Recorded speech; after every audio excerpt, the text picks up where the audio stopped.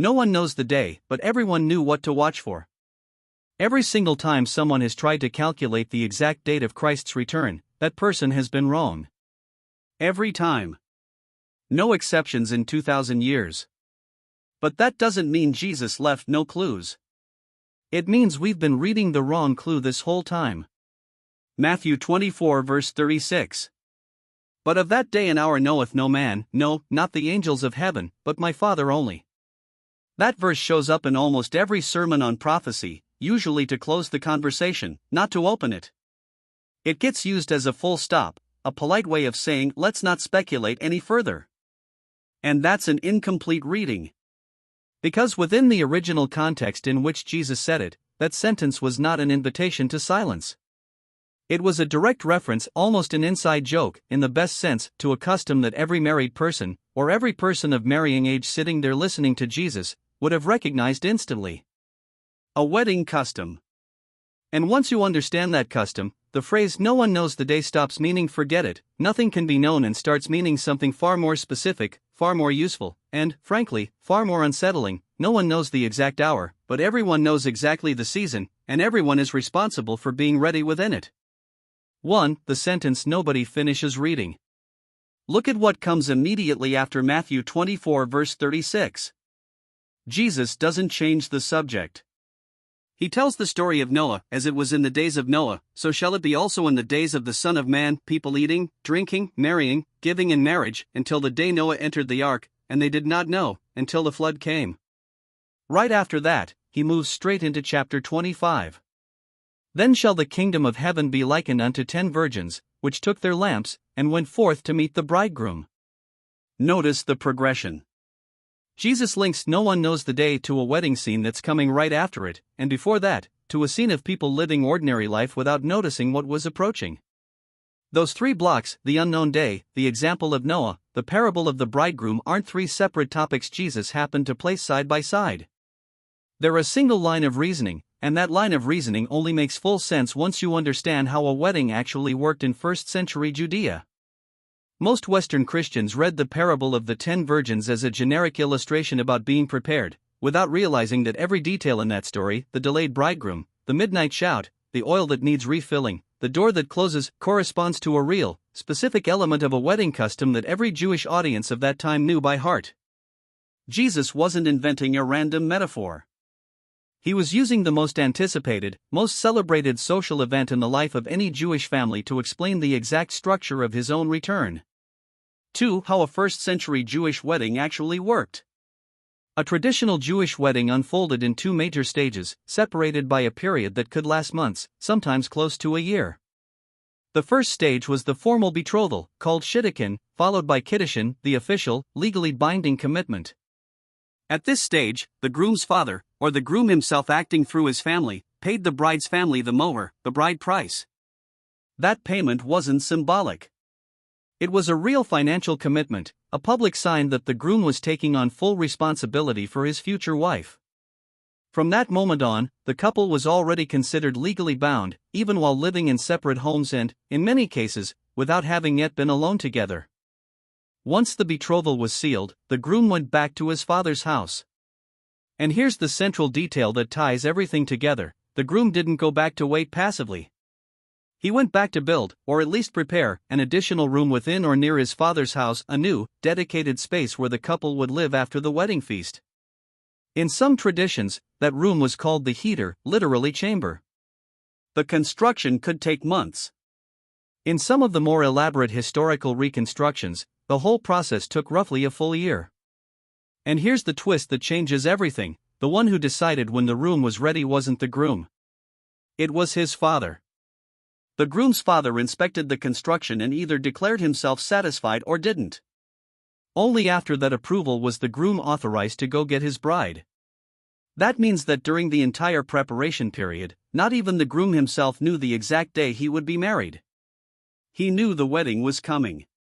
He had a rough sense of which season it would fall in, based on how the construction was progressing. But the exact date, the exact night, was a decision that belonged exclusively to the father. Now reread Mark 13 verse 32 with that structure in mind.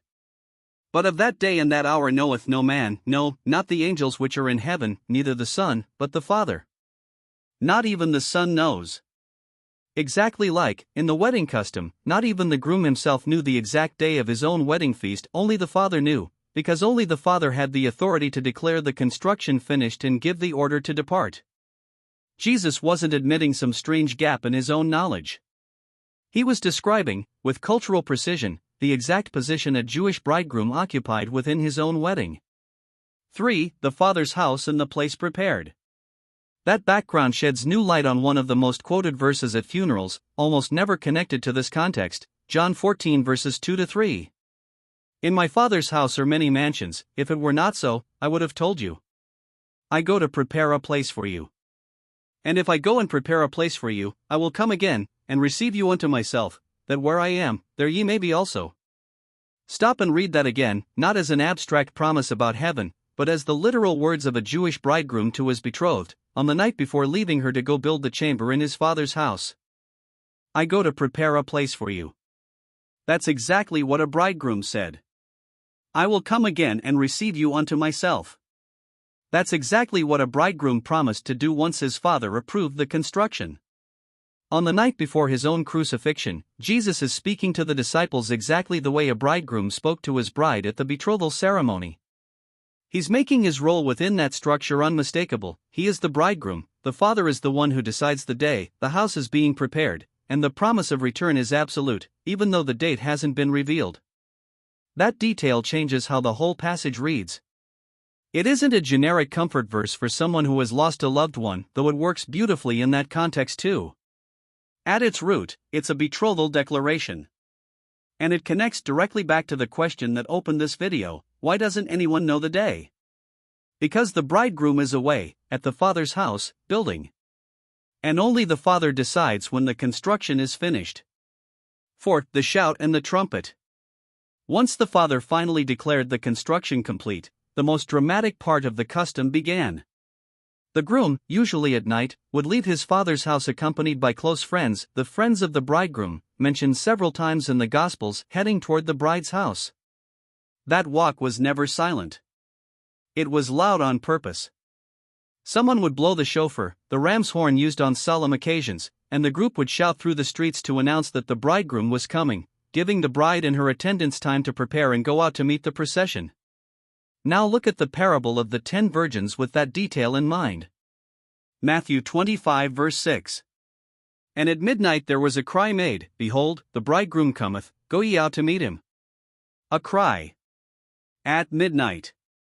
No advance notice of the exact hour, but within a window of time that all 10 young women knew was approaching, which is why all 10 brought lamps, not just the wise ones. The difference between them was never knowledge of the season. It was preparation for the hour within the season. Now compare that with the language used to describe Christ's return in 1 Thessalonians 4 verse 16. For the Lord himself shall descend from heaven with a shout, with the voice of the archangel, and with the trump of God.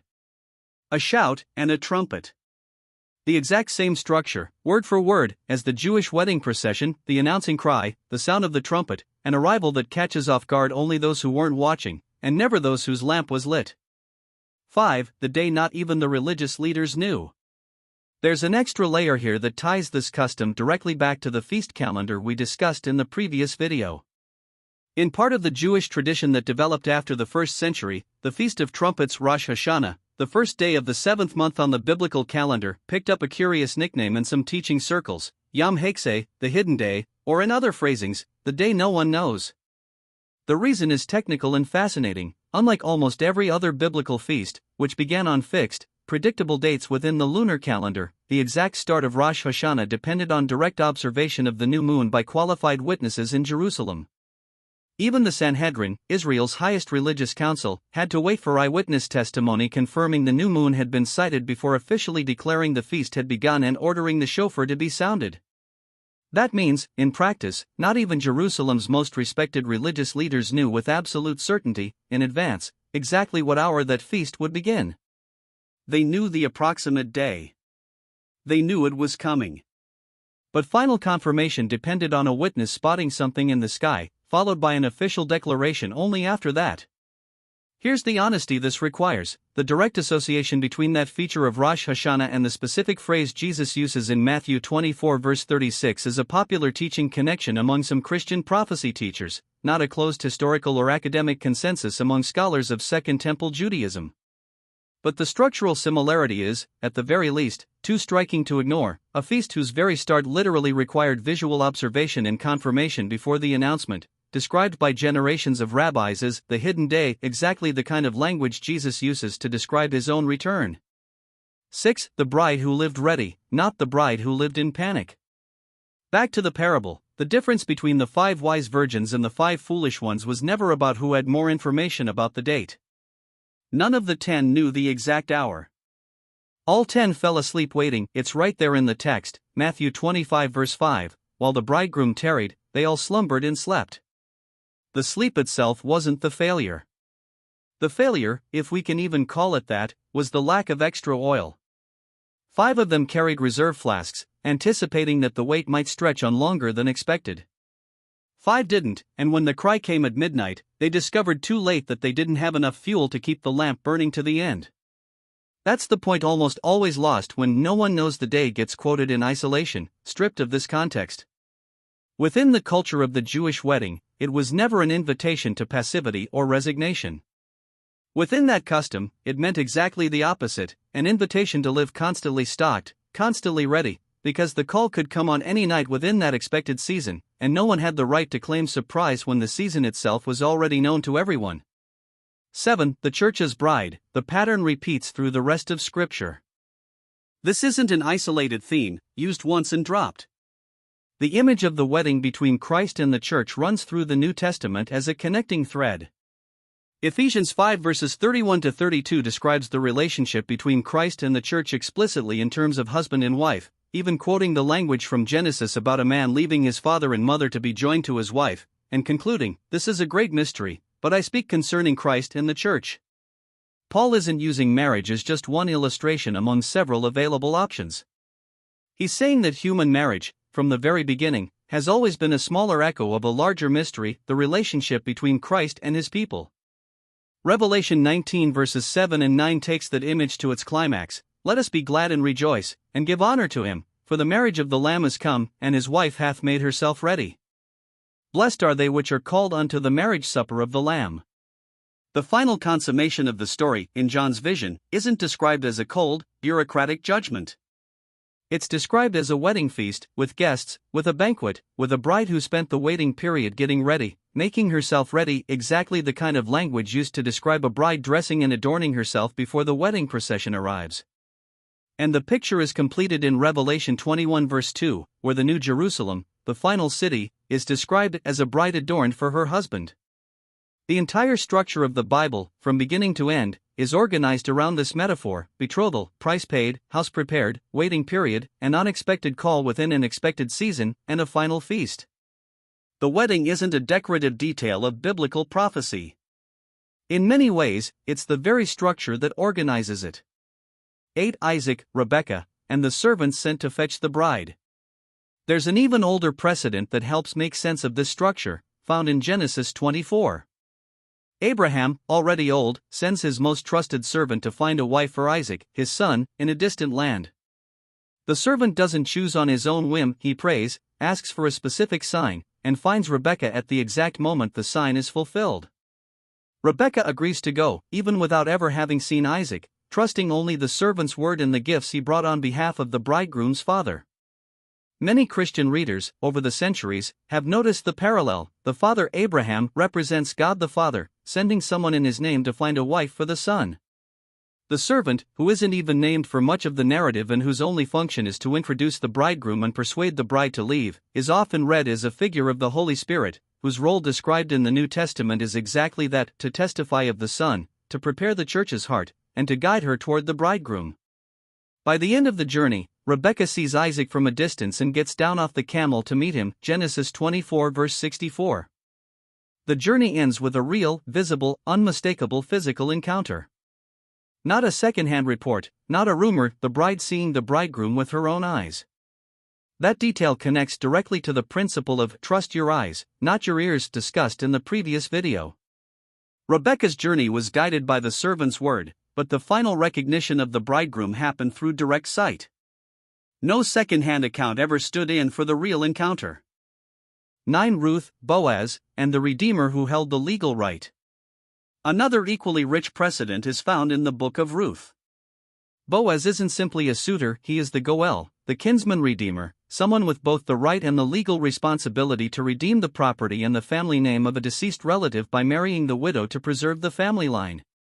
The whole story revolves around Ruth waiting, quietly, through the harvest season, not knowing the exact date Boaz would take formal initiative until the night when he, not she, makes the decisive move on the threshing floor, publicly declaring his intent to redeem her before the elders of the city. The pattern repeats: the bride doesn't control the calendar. The right to redeem, to seek, to take the initiative, belongs to the Redeemer, and he acts within a known season, the harvest, but at a specific moment only he chooses. Ruth prepares herself, positions herself, makes herself available, and waits. She doesn't force Boaz's hand. She lives ready for when he acts. 10. What this changes in practice. God's calendar has a clear pattern: Passover fulfilled on the exact day, Pentecost fulfilled on the exact day, with one chapter still open, tied to the Feast of Trumpets. Even within a calendar that precise, the exact hour remains deliberately out of human reach. That's not a flaw in the system. It's the system working exactly as it was designed, from Isaac's wedding, through Ruth's redemption, all the way to the bridegroom's promise in John 14. Church history is full of attempts to calculate the exact date, completely ignoring this structure. Every generation that tried to swap living ready for calculating the exact instant ended in public disappointment, in entire movements scrambling to reorganize, in credibility lost in front of everyone watching from the outside. That's not a criticism coming from outside the faith, it's an observation the text itself already anticipates. The parable never asks for a countdown clock. It asks for a lamp with reserve oil, every single night, no exceptions, for however long it takes. The practical question, then, isn't exactly when will this happen? It's a simpler and far more uncomfortable question: if the cry came tonight at midnight, would the lamp have enough oil to last however long the wait turns out to be? Being ready, in this context, doesn't mean living in constant, anxious alert, counting days in fear. It means exactly the opposite of panic: having reserves, spiritual, practical, relational, sufficient enough that the exact hour, whenever it is, catches no one off guard. 11. 3 questions to take from this video. First question: are you living like someone who knows the season, or like someone pretending not to know because it's more comfortable not to prepare? Second question: is your extra oil, your personal relationship with God, your daily decisions, your inner readiness being refilled regularly, or is it running on whatever's left from an old reserve? Third question, maybe the most direct of all: if your name were called tonight, would you get up recognizing the voice, or would you need someone to explain to you what was happening? These questions don't get answered in a video comment. They get answered, day after day, lived out within the season that has already been revealed, even though the exact hour hasn't been handed to anyone besides the Father. A note on sources and limits. The general structure of a first-century Jewish wedding: formal betrothal, payment of the bride price, a separation period during preparation of the dwelling, and a final ceremony marked by a public procession, is reasonably documented in sources from Second Temple Judaism and in later rabbinic records, mainly the Mishnah. More specific details, such as the exact use of the shofar during the wedding procession and the standard one-year duration for building the chamber, appear frequently in Christian teaching material on Jewish customs, but they combine sources from different periods, so they should be treated as a widely accepted illustrative reconstruction within teaching circles, not as historically certified, unanimous reporting among every scholar of the period. The association between Rosh Hashanah and the phrase "the hidden day" is well attested within later rabbinic tradition regarding dependence on new moon observation, but the direct link between that tradition and the specific phrase Jesus uses in Matthew 24 verse 36 is a popular teaching connection among contemporary Christian prophecy teachers, not a closed academic consensus. The typological readings of Isaac and Rebekah, and of Ruth and Boaz, as foreshadowing the relationship between Christ and the Church, are long-established interpretations within Christian tradition, but they remain theological readings, not claims about the original intent of the historical accounts the text itself records. This video does not set or suggest a date for Christ's return. It uses the Jewish wedding custom, and the related biblical precedents, to explain the original context of Jesus' words in Matthew 24 verse 36 and Mark 13 verse 32. If the feast calendar from the previous video showed you the when, and this video showed you the how, the question left standing is the most personal one of all. Have you actually entered the betrothal, or are you just watching someone else's story from the outside? That commitment doesn't require a calculation, doesn't require any formula, it only requires recognizing Jesus as Lord and trusting that God raised him from the dead. If you've never made that declaration, you can make it right now, quietly, wherever you are. Lord Jesus, I recognize you as Lord, I believe God raised you from the dead, and I give you my life. There's no required formula. There's a mouth that confesses and a heart that believes. If you're already inside that covenant, drop a comment. What do you think it actually looks like, day to day, to keep oil in the lamp right now? If this video opened a door the last one only cracked, hit like, subscribe, and turn on notifications, because the next piece of this prophetic puzzle is already in the works, and it connects the Feast of Tabernacles to something almost nobody has talked about in the book of Revelation yet. See you in the next video, and until then, keep the lamp burning.